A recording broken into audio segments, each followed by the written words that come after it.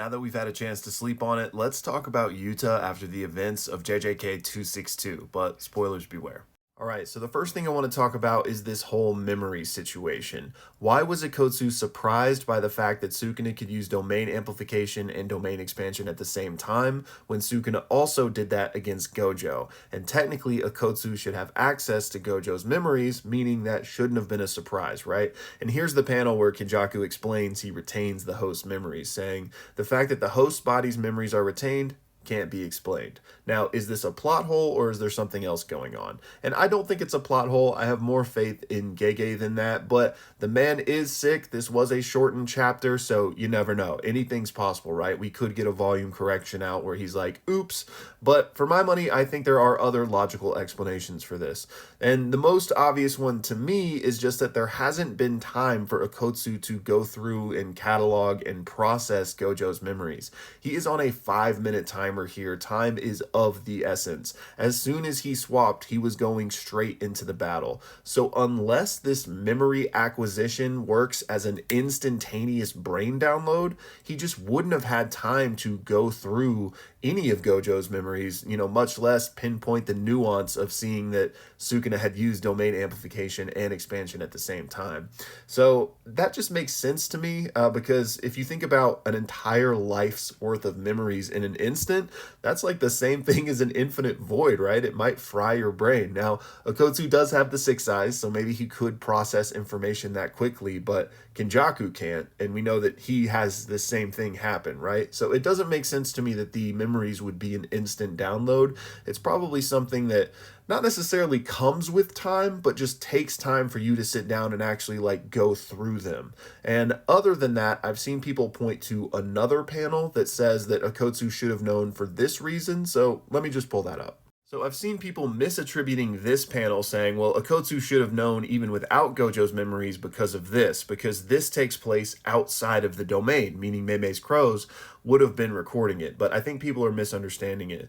What Sukuna says is, while unable to use domain amplification within the domain, I had Megami adapt to Unlimited Void using the 10 Shadows technique. And first of all, he's saying he couldn't use domain amplification in the domain. So if anything, this might have confused Ikotsu, but the reason he's saying he can't use it here is because he was using 10 Shadows. And as we know, you can't simultaneously use domain amplification and a curse technique at the same time, which that's why this confused Ikotsu in the first place. But he wasn't using he wasn't using amplification while he had the domain up because he was using 10 Shadows. So the nuance here is that he has the domain up and he's still using amplification, which that's because he put the burden of using cleave and dismantle, as it were, to the domain, so he is basically free to use amplification or use a curse technique, and here he's used amplification. And I guess in Ikotsu's history, he's just never fought somebody within a domain that had simultaneously used amplification, so he probably incorrectly assumed that that wasn't possible, but it is, because you're putting the burden of using the technique on the domain itself. Now, that was very wordy and perhaps confusing, but hopefully that made sense. And then the other thing I wanted to talk about was the final panel with fully manifested Rika crying, holding Yuta's lifeless body, right? But what's really interesting is that Yuta's body has been stitched together and healed, and I feel like we can learn a lot from this, especially because Ikotsu is still wearing the ring, and most importantly, Rika is staying with him here instead of helping him against Sukuna. So I think what's going on here is, he transferred to Gojo, healed up Gojo, and now Shoko and the medical team got to work on fixing his body so that he can come back to it. I think that's their plan. Now, does this kind of create some interesting windows for some craziness to happen, potentially with Gojo or whatever? Sure, but I think the intended plan from the characters themselves was to get Yuta his body back in shape for him to come back after this 5 minutes are up, because they don't know what's going to happen when those 5 minutes are up. So they want to at least have a contingency plan for him to have a body to come back to.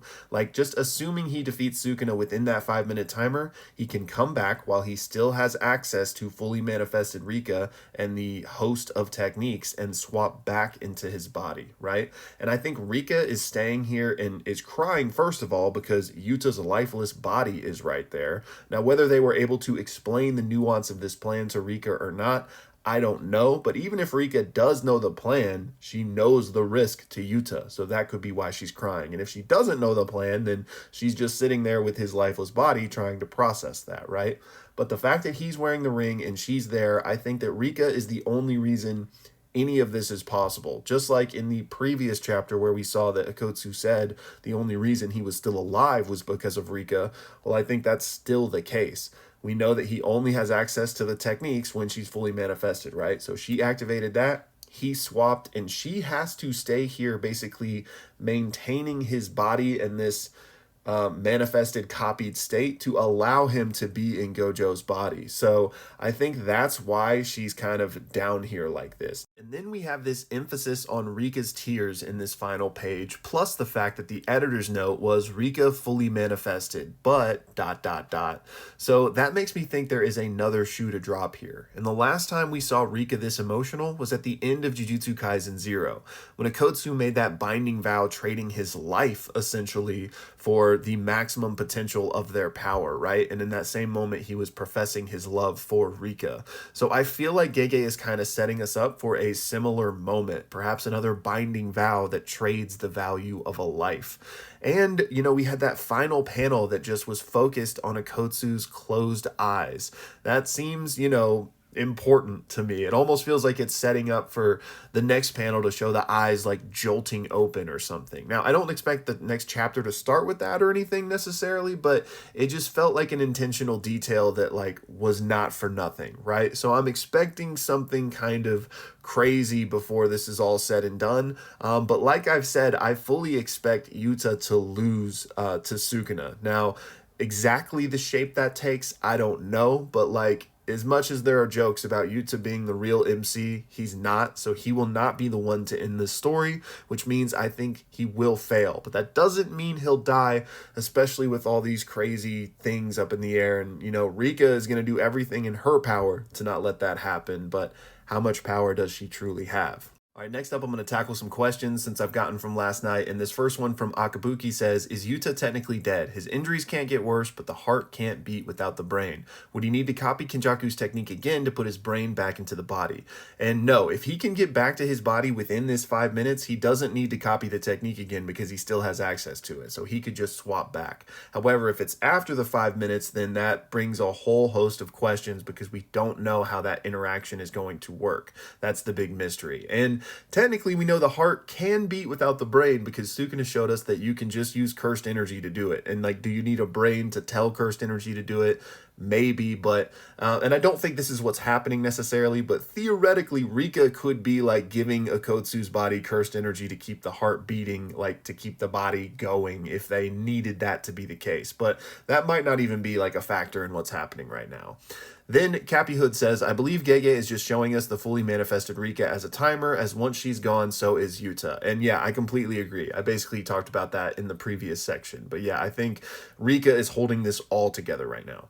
Next up, we got this long one from POP, so y'all pause to read it, but it's basically talking about this possibility of Gojo coming back in Yuta's body. And I wouldn't say that, like, I'm fully on board with that, and I think it's going to happen, but I do think that possibility exists. We kind of need to let Gege cook here. There's so many, like, weird things on the table that have been established. The fact that he and Akotsu did body swap, so his soul has been in that body before. The fact that his body and Yuta's body have been stitched together, both very quickly after death, all the mind body soul connections that JJK has all been about, the fact that we is there and can swap souls within bodies, which is kind of a body swap too, which kind of adds an interesting layer to these things.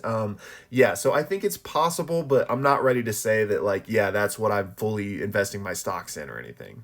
Next up, Anonymous Anime Man wants to know, will Yuta die at the end of JJK? And honestly, man, I don't know. Like, I know that's a cop-out, but I don't feel strongly either way. The only thing I do feel strongly about is that he will fail and he will lose to Sukuna here. And then, can I please review your Divine Flame curse technique? I'm putting a hold on reviewing custom curse techniques for the tournament that's going on right now, but I will check it out on the Discord. Next up, we have another Gojo potential comeback theory from Athev, who wants to know if Yuta hit a black flash in Gojo's body, could that carve some sort of new pathway that would allow him to come back? And me personally, I don't see something like that happening, mostly because I think there are already elements in place that could carve the proverbial pathway for a Gojo comeback. Primarily, in my opinion, the fact that we have that moment where Geto chokes Kenjaku. That is an unresolved major piece of foreshadowing in JJK that I think lines up nicely for the position Gojo is in right now. So if we are to see something from Gojo again, I think it would most likely take that form and not a Black Flash pathway, but I do think we will see more from Black Flash, especially in Hyuji's case, before this story is over. And then to your point about the Six Eyes and Tengen and the merger coming back and all of these things being connected by fate, could that point to Gojo needing to come back? And it could, but I don't think it has to, just because the Six Eyes are still in play right now via Yuta. So, we'll just have to see what Gege's going to do with all this. Next up, Christian wants to know if I think Kenjaku's curse technique can actually bring back its host. And he actually added some context to this, saying that Mimiko and Naniko presumably believed this because they were dealing with Kenjaku to try and get Geto back. And they were dealing with Kenjaku, but that was only to get Geto's body back. That's not because they believed he would come back, but they just wanted to properly dispose of and respect his body instead of it being puppeted by Kenjaku. That's why they ultimately then went to Sukuna to try to, deal with him to get him to go take out Kenjaku. Next up, Peppermint Gamer had a question about Sukuna's cursed tool from the Heian era, the Supreme Martial Solution, which John Weary strikes again. This is how it was translated in the official release, but that tool is called Haiten in Japanese, and I'm probably not pronouncing that right, but we actually don't know anything about it. A lot of people have some interesting theories tying it to Buddhism and other things about just Japanese mythology, but I'm not well versed in that to make an educated guess, but that information is out there if you're interested in those theories. What I do know is Haiten is apparently a name from Buddhism for angelic beings, so take from that what you will. But yeah, one of the big things I'm hoping we get to see before the series ends is that cursed tool. Now, we know Yorozu had to basically trade her life to make Kamutoke for Sukuna, so does he have a way to get access to this at this point? Maybe. We're just going to have to see. Next up, we have a theory about binding vows from Rin Bobson. So let me move out of the way for anybody that wants to read it. But I like this. Basically, they're theorizing that, binding vows aren't made with some god or karmic force of the universe. Instead, they're kind of made with your own soul. And so that's why if you break them, your soul could be damaged, and that's kind of the repercussions from it. I do like the kind of logic behind this within the rules of JJK that we know. The only thing that slightly moves away from this is the fact that when Kenjaku was warning Mahito about potentially breaking his binding vow with Mekamaru, he was saying that we don't know what will happen. Just something will happen to you, but we don't know what it is. And maybe it's because Kenjaku just literally has never done it, so doesn't have that information, but he seems like somebody that would know. So that makes me feel like it's not just tied to the soul, and that if you break a binding vow with somebody else, you could be punished in any number of ways. But really, we don't know what we don't know, so you could be directly on the point here. I hope we do get some clarity on this, but I wouldn't be surprised if Gege just never fully fleshed this out. And finally, we have this really kind donation from Joe, which says, I always wait for your leak videos instead of reading them. And man, thank you so much. I'm honored. It's so cool to me to think that I am a part of some of y'all's content rotation for consuming manga. I don't take it for granted. I really am honored, and thank you so much, man. Anyways, that's it for this one, y'all. Be sure to let me know your thoughts down in the comments below, and be sure to join the Discord. We got a long Lobotomy Kaisen to get through together, but as always, thank you so much for watching.